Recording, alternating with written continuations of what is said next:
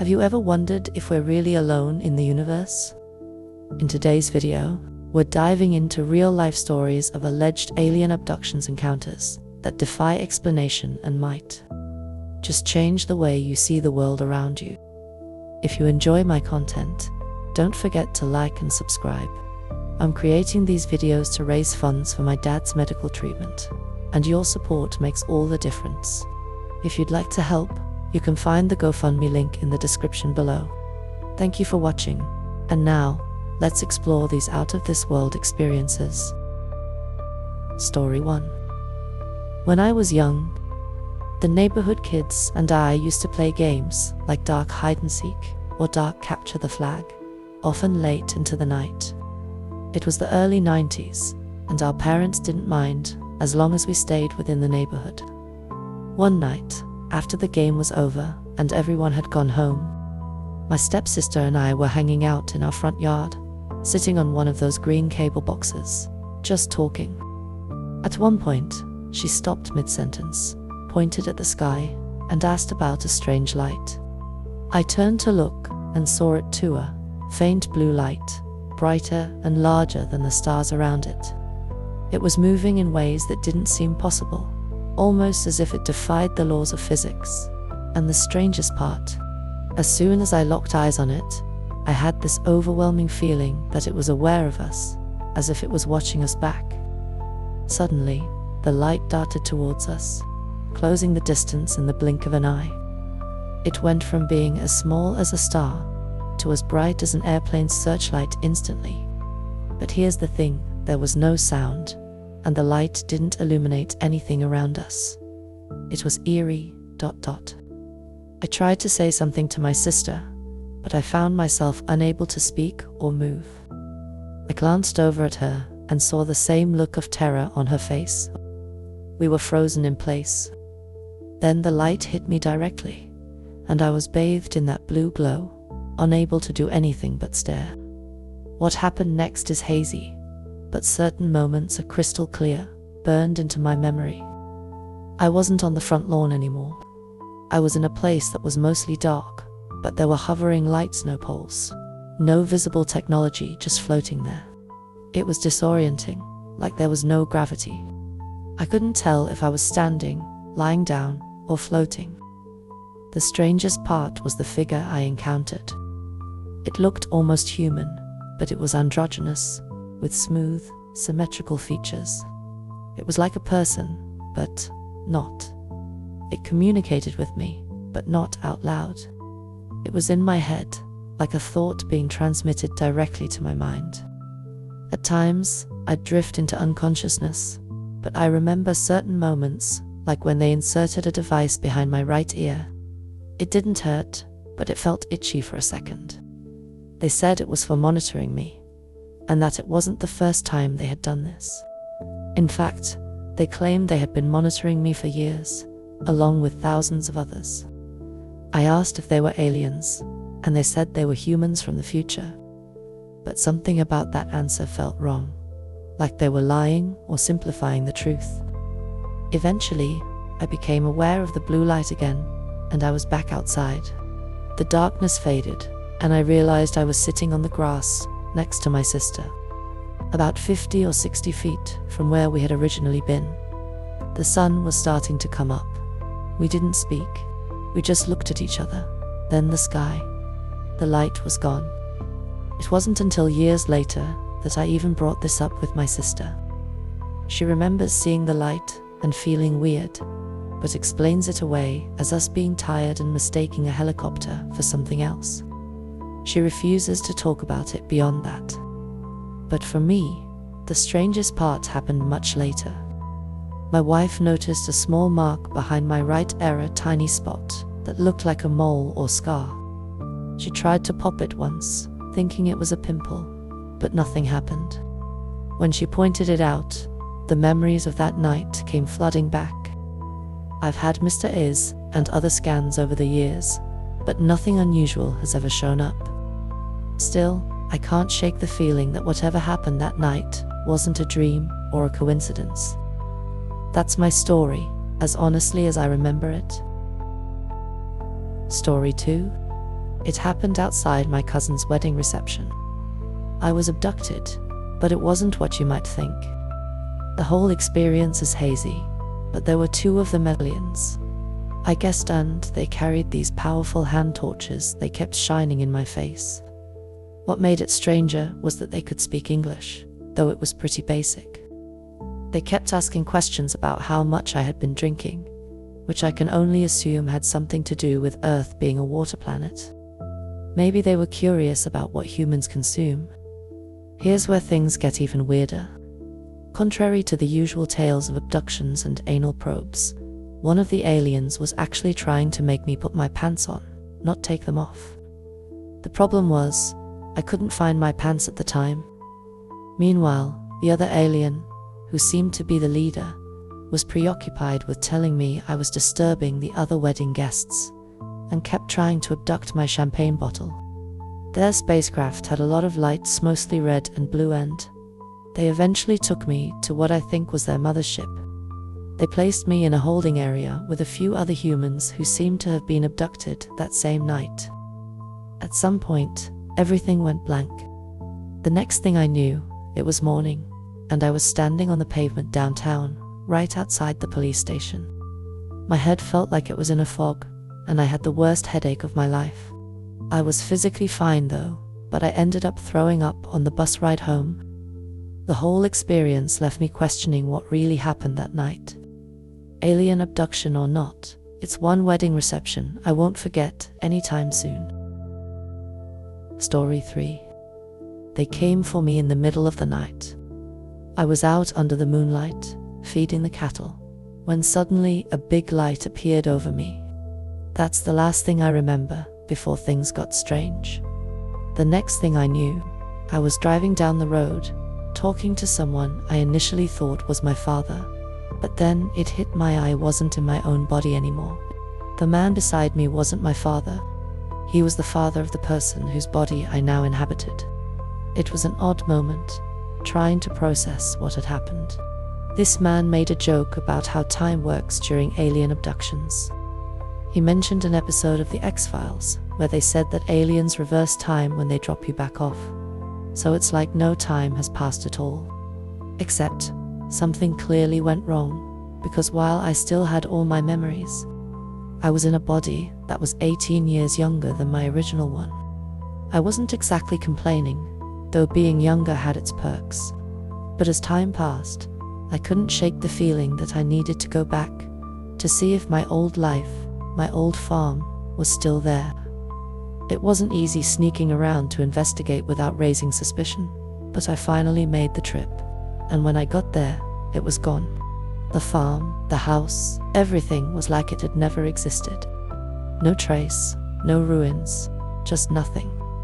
Maybe it was all just a dream. Maybe it wasn't. But here I am, living a second life in someone else's body, with memories of a life that no longer seems to exist. Story 4. I'm incredibly frustrated that I can't find the reference for this. But I once read something that completely shifted how I view alien abduction memories. The author suggested that these so-called abduction experiences might actually be early infancy memories bubbling back up, reconstructed in a way we interpret as alien encounters. Think about it: a bright light, the feeling of being lifted up or floating, distorted human-like faces with big eyes, strange things happening to your body. All of these sensations sound a lot like a baby getting a diaper change in the middle of the night. We have these hazy, primal memories from before we even had the ability to think or talk, locked deep in our brains. So when fragments of these sensations resurface later in life, it's easy to misinterpret them as something bizarre or otherworldly. In a sense, the abduction experience is real, just not in the way we often think.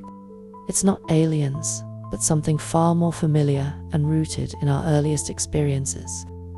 I wish I could remember why these memories might resurface later in life, but the idea itself really stuck with me. It makes so much sense. Story 5. It started off weird enough.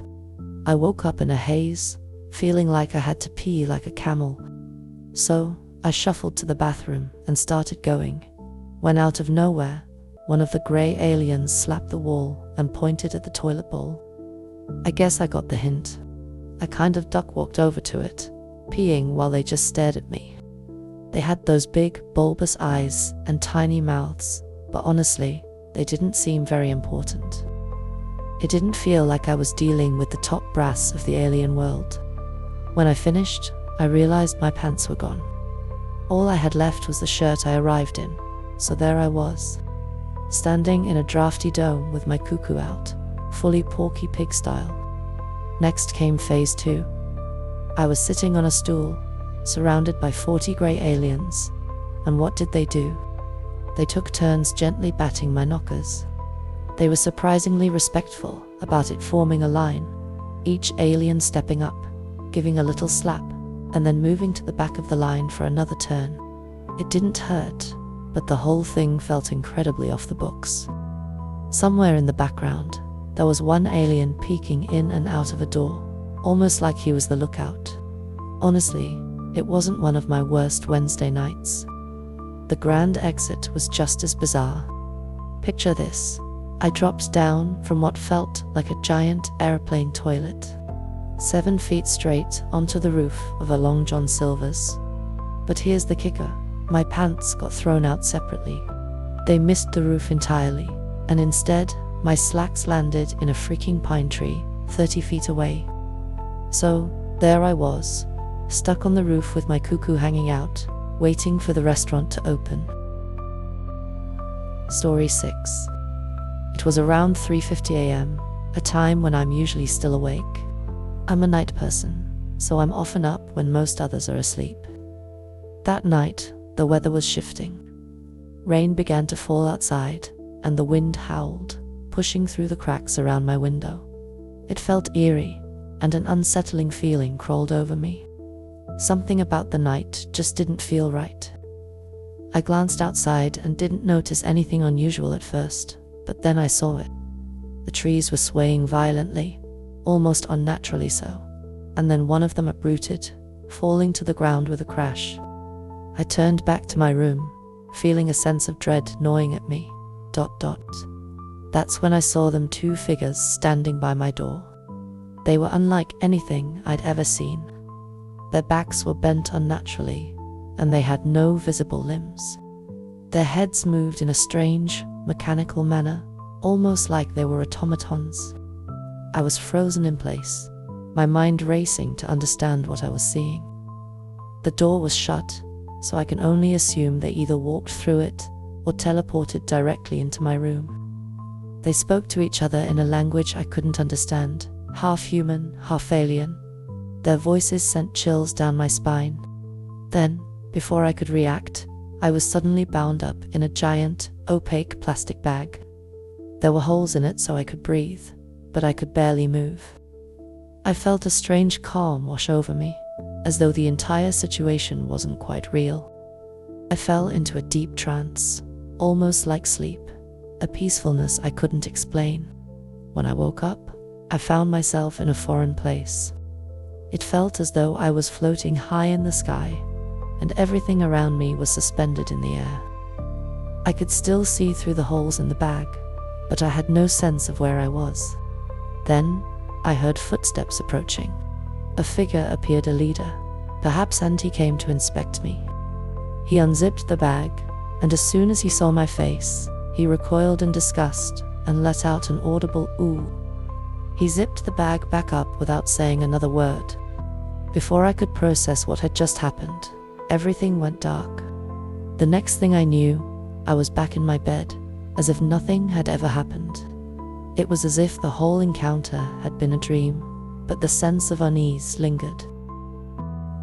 Story 7.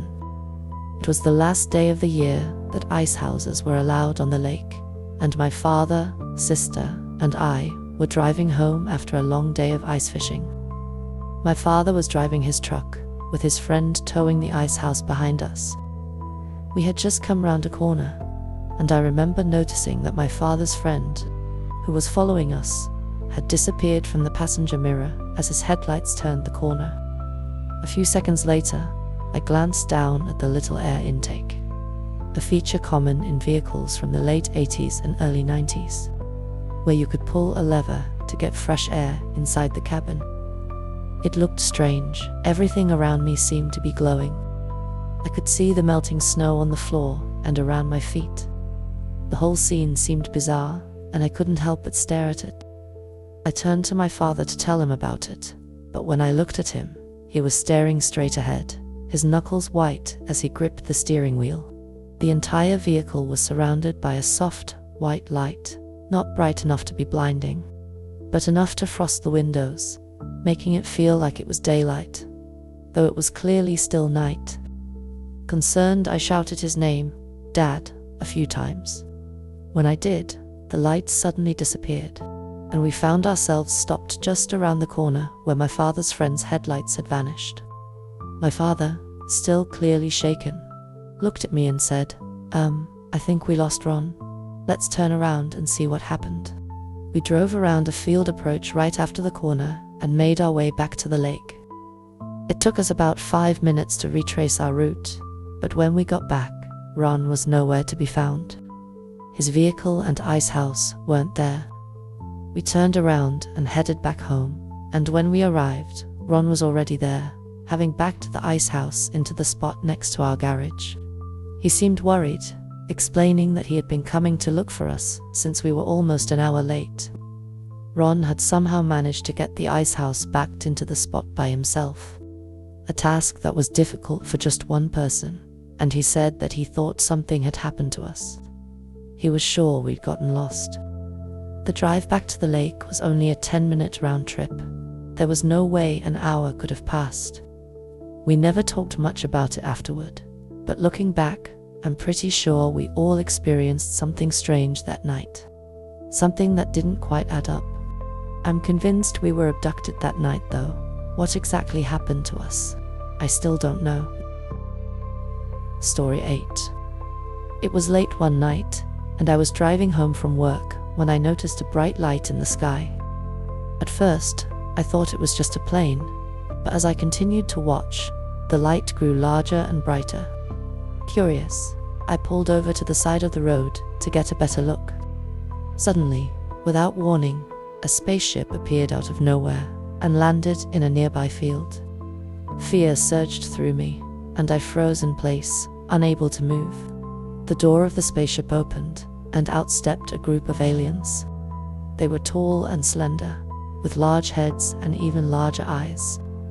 They wore tight silver suits that covered their entire bodies, making them appear otherworldly and unsettling.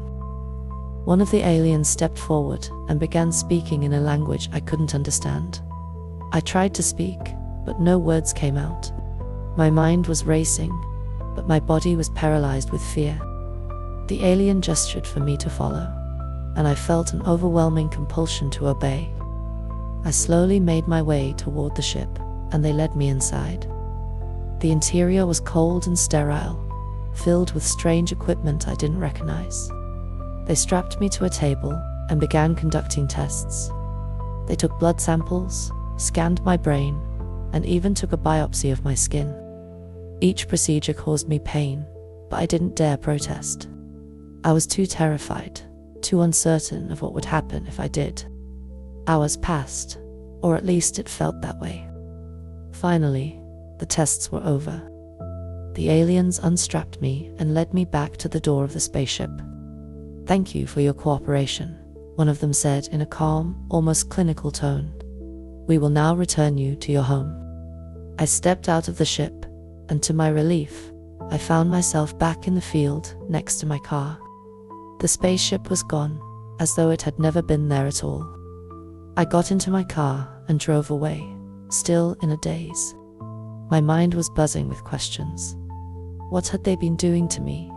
Why had they taken me? I had no answers, only a deep, lingering sense of unease.